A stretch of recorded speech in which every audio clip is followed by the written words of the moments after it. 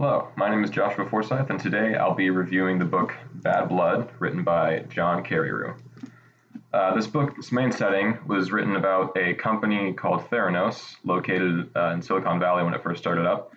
It was a company started by a woman named Elizabeth Holmes, and she wanted to create a device that could analyze chemical levels in a patient's blood instantly, quickly, and conveniently, because other systems that did that at the time took too long or they weren't portable, and there were things that she wanted to improve. Now, she had a great entrepreneurial spirit, but as I'll say later on, she didn't always have the best motives. What was interesting about this setting is that it was often compared to others in Silicon Valley, such as Apple and other tech companies, so it was a bit different for me to see healthcare-related things in a tech world, I guess. My initial reaction to this book was just that I was surprised at how much information this guy piled up. He had tons of connections from people in the company that had been fired or left. There were anonymous tips that he got, and there were a lot of things that he himself just had to go find out. So it's pretty crazy how much this person figured out, and boy, did they find a lot. Theranos was a good intent.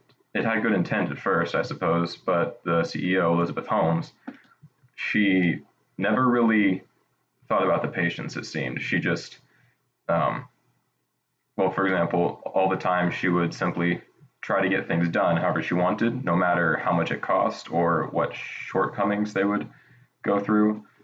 She just cared about getting the thing done, not necessarily about how it would affect the patient or the people they were working with. I was also surprised at how much I didn't know about this, because it seems like a pretty big deal, and it was very, very recent too. The company didn't shut down until just a couple years ago, so I was surprised I didn't hear about it until now. Some major themes in the book that I found, or that I drew from it, were that people in power that have enough power and are able to do just whatever they want can get away with so much, no matter what evidence you bring against them. For example, once in the book, Carreyrou documents a time when a couple people at the company had brought some evidence to the board of the company that was sure to get Elizabeth fired and taken down from the CEO position at least. But when she went in to meet them, she used her charm and high intellect to turn it around for the better, I guess. And they, even though two of the three had intended on firing her in the beginning, the whole board just decided to keep her on at the end, just because of how much she was able to bring up against them, I suppose, with all the power that she had. Elizabeth often had a sort of ends justify the means attitude when she was heading the company. Like I said earlier, sometimes as long as the thing she wanted to get done just got done, she didn't care how it got done. So they took a lot of shortcuts, and that affected many, many people, sadly. I also found the theme of entrepreneurship gone wrong. Like, Elizabeth Holmes definitely had a high intellect and enough ability to do the things that she wanted to do, but because of that attitude of the ends justifying the means, she just ignored morality, essentially, just to get something done that she wanted to do.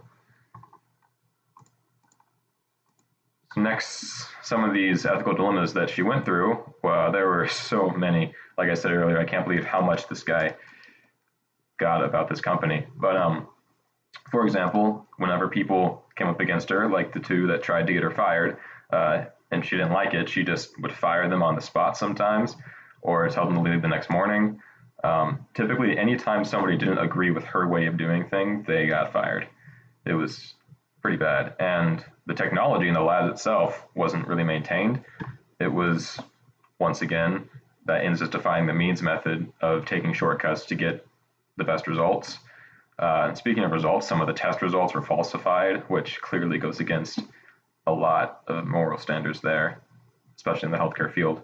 And health evaluations, and when outside people came in to analyze and evaluate the company or just inspect it, they would often be avoided or lied to in some way that they could get around everything they did wrong.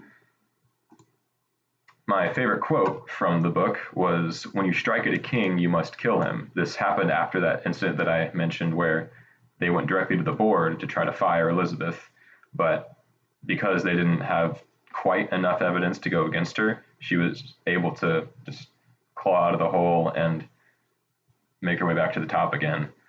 And because of that, because the king or queen in this case was back in her place, she fired those two people that tried to get her fired. Discussing the book with my faith, there wasn't really much faith talked about in this book, but there were definitely a lot of morally questionable actions that went on, no matter what your view is.